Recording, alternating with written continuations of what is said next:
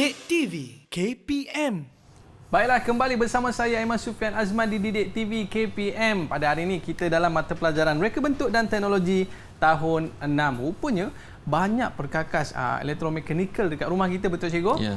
Dan selepas ini cikgu, apakah yang akan cikgu kongsikan bersama dengan murid-murid di rumah sana? Okey, baik, terima kasih Aiman. Okey, jadi tadi kita dah mengetahui dan belajar setiap bahagian di mana komponen elektrik di mana, apa komponen elektronik itu apa dan komponen mekanikal itu apa. Jadi hari ini cikgu akan terangkan lebih lanjut mengenai setiap komponen tu. Tadi kita ada plug 3 pin dan sebagainya lah. Jadi kita tak tahu plug 3 pin ni apa. Apa fungsi dia, apa benda-benda tu kan.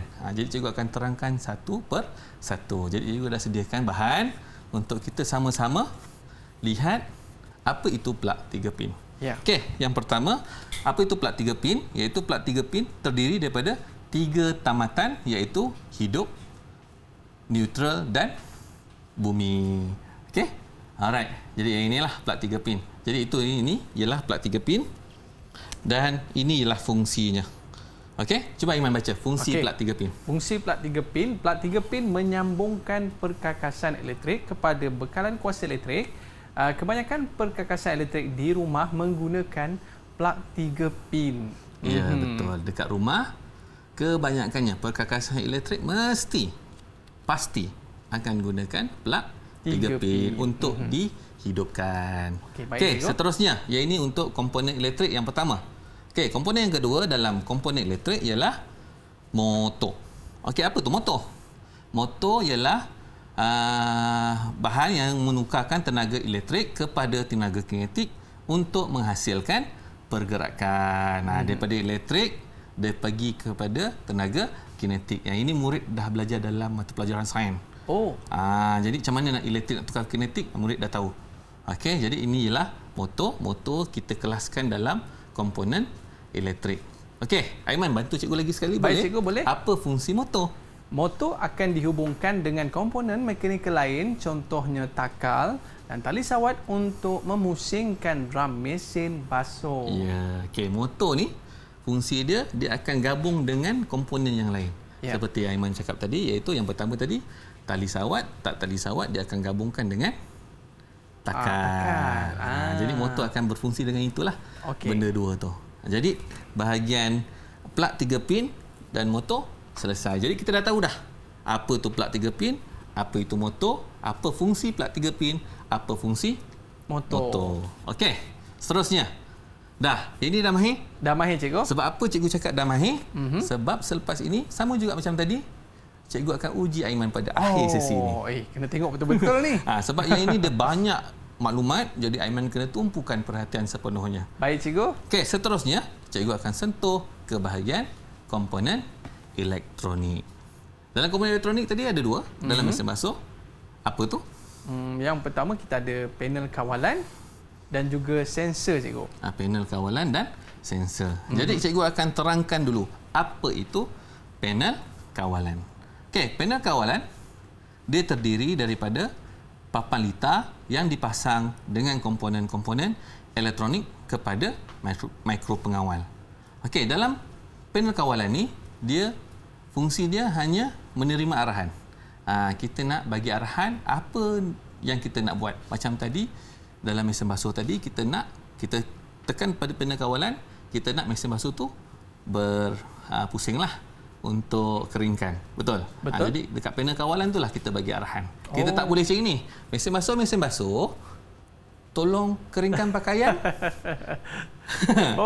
Kita tak boleh. Jadi panel kawalan lah yang akan bantu beri untuk arahan kepada komponen-komponen yang lain. Baik, betul tak? Tak ada lagi kan? Tak ada lagi cikgu. Yang boleh. Mesin basuh. Okey. Jadi apa fungsi panel kawalan ni? Aiman boleh bantu cikgu lagi sekali? Baik cikgu. Panel kawalan mengawal keseluruhan sistem elektromekanikal. Contohnya mengawal kelajuan putaran drum mesin basuh. Okey, jadi kat situ fungsi dia kita dah tahu dah. Sebenarnya dekat panel kawalan ni dia ada banyak fungsi. Tapi tadi cikgu pilih satu je lah. Okey, yang seterusnya ialah komponen dalam elektronik ni ialah sensor. Okey, sensor ni apa? Sensor ialah peranti yang dapat mengesan perubahan persekitaran seperti cahaya, haba, tekanan, kelembapan dan sebagainya. Okey, jadi sensor ni dia banyak digunakan dalam perkakasan-perkakasan elektrik. Sebab sensor ni pada manusia dia tak mampu untuk buat selama 24 jam. Tapi sensor dia sebab dia bahan yang boleh kita kawal, jadi dia boleh digunakan sepanjang masa. Okey, sensor. Jadi kat sini cikgu pilih hanya satu sensor saja, iaitu sensor apa, Aiman? Sensor imbangi berat drum tu, betul cikgu? Okey, sensor keseimbangan drum. Okey, apa fungsi dia, Aiman? Boleh baca? Fungsinya sensor akan mengesan perubahan dan menghantar isyarat elektrik kepada panel kawalan untuk tindakan selanjutnya. Contohnya apabila sensor mengesan ketidakstabilan putaran dan mesin basuh drum tersebut akan berhenti berputar. Ya, macam tadi langkah yang ke-6.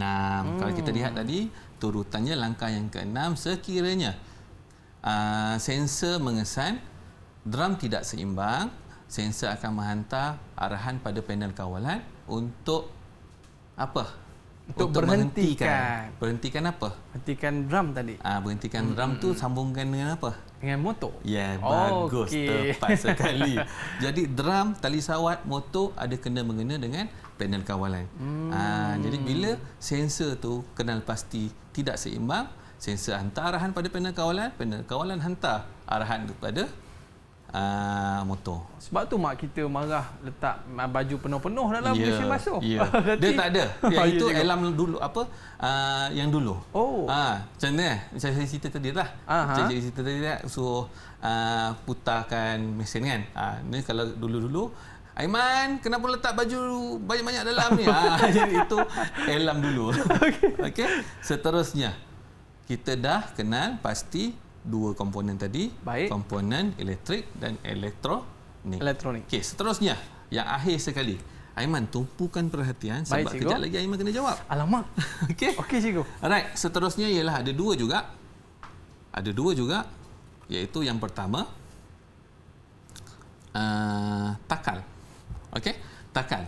Apa tu takal? Okey, apa tu takal? Takal ialah roda yang mempunyai alur rim yang sesuai dipasang dengan tali atau rantai padanya. Tu takal.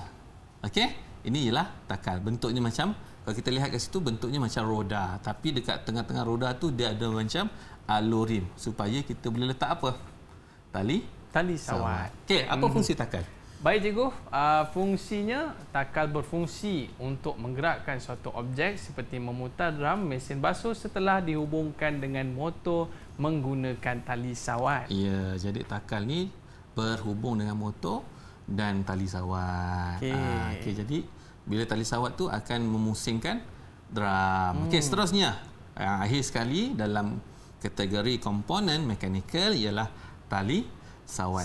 Okey, tali sawat Okey, tali sawat ialah sejenis tali yang biasa yang menghubungkan dua atau lebih takal. Jadi kalau kita lihat tali sawat ni ada di macam-macam tempat lah. Kalau kita pernah tengok enjin kereta, di bahagian dalam kereta tu ada fungsi tali sawat ni. Kalau kita lihat mana lagi ada tali sawat ni dekat bahagian mana lagi? Enjin selalunya di bahagian enjin lah, kat motor pun ada. Okey, ini ialah bahagian tali sawat. Okey, tali sawat ni Aiman, tali lah. Secara asasnya ialah tali. Okey, Aiman, apa fungsi tali sawat? Baik cikgu, fungsi tali sawat berfungsi untuk memindahkan putaran yang dihasilkan oleh motor ke takal. Ya, jadi tali sawat ni ialah penghubung lah. Penghubung di antara motor dan takal. Jadi kalau motor tak ada, motor tak berfungsi, maknanya takal pun tidak akan berfungsi. Sebabnya tali sawat ni tidak, selalunya tali sawat akan berpusing lah. Okey, setakat ni Aiman. Ya. Dengan penerangan yang cikgu berikan, ada 6 komponen. Baik. Komponen yang pertama tadi elektrik, komponen yang kedua ialah elektronik dan komponen yang ketiga mekanikal. Baik. Cikgu dah terangkan apa isi komponen tu, setiap komponen tu, jadi setiap fungsi cikgu dah terangkan. Okey, setakat ni Aiman, ada soalan? Saya ada satu soalan lah cikgu. Okey. Kalau salah satu daripada komponen tersebut rosak, adakah mesin basuh masih boleh bergerak cikgu? Okey, selalunya sekiranya rosak. Mesin basuh ni dia akan hantar arahan kepada Panel kawalan? Dekat panel kawalan kita akan nampak apa yang masalah yang dihadapi oleh mesin basuh tersebut. Jadi kat situ Aiman dah dapat faham setiap komponen yang terdapat dalam mesin basuh tu berkaitan lah. Dia bergantung di antara satu sama lain. Jadi kat sini cikgu nak tambah sedikit lah Aiman. Baik cikgu. Okey, dalam elemen dalam komponen mechanical tak semestinya takal dan tali sawat. Kita ada gear dan gegancu. Kita boleh kategorikan sebagai komponen komponen mechanical. Sebab gear ni kita lihat pada motosikal pun ada. Kalau gegancu ni basikal.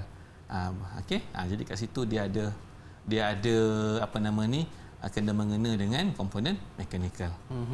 Cikgu buat tambahan sedikitlah untuk dua benda tu. Seterusnya. Baik. Seperti yang dijanjikan, yang cikgu beri perhatian kepada Aiman supaya Aiman tumpukan perhatian kepada cikgu ialah kita akan buat latihan pengukuhan. Jadi dekat depan Aiman tu cikgu dah sediakan satu papan. Baik cikgu. Jadi Aiman kena kelaskan di antara dua maklumat yang cikgu bagi tu, mana satu dikategorikan sebagai plug 3 pin dan mana satu dikategorikan sebagai motor. Jadi Aiman cuba Aiman baca dulu. Baik, baca cikgu. dulu dekat bahagian dia punya pembayang tu. Saya mewakili kawan-kawan saya di rumah sana untuk menjawab soalan ni cikgu. Plug 3 pin menyambungkan perkakasan elektrik kepada bekalan kuasa elektrik. Kebanyakan perkakasan elektrik di rumah menggunakan plug 3 pin. Jadi plug 3 pin sudah semestinya di bahagian atas lah cikgu. Ya, plug 3 pin kan kita tengok kat sini gambar tu. Nampak ada 3 tamatan. 1, 2, 3. Saya lekatkan cikgu Lekat. Betul. Seterusnya. Dia tak ada pilihan lain. Itu ialah jawapannya untuk motor. Cuba Aiman baca. Kita ulang balik supaya murid di rumah dia ingat. Dia faham apa fungsi motor yang sebenarnya. Baik. Motor akan dihubungkan dengan komponen mekanikal lain, contohnya takal dan tali sawat untuk memusingkan ram mesin basuh. Motor akan dihubungkan dengan komponen mekanikal lain.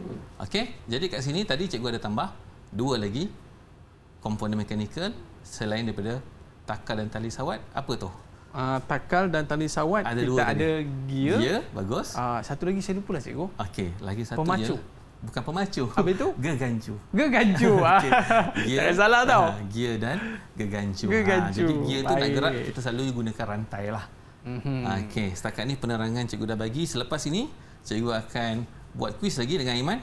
Untuk kita tahu setiap komponen yang terdapat dalam elemen elektromekanikal. Tapi sebelum tu cikgu, apa kata kita berehat seketika? Baik. Murid-murid nak tahu apa lagi yang menarik akan cikgu kongsikan selepas ini? Kita kembali selepas ini di Didik TV KPM.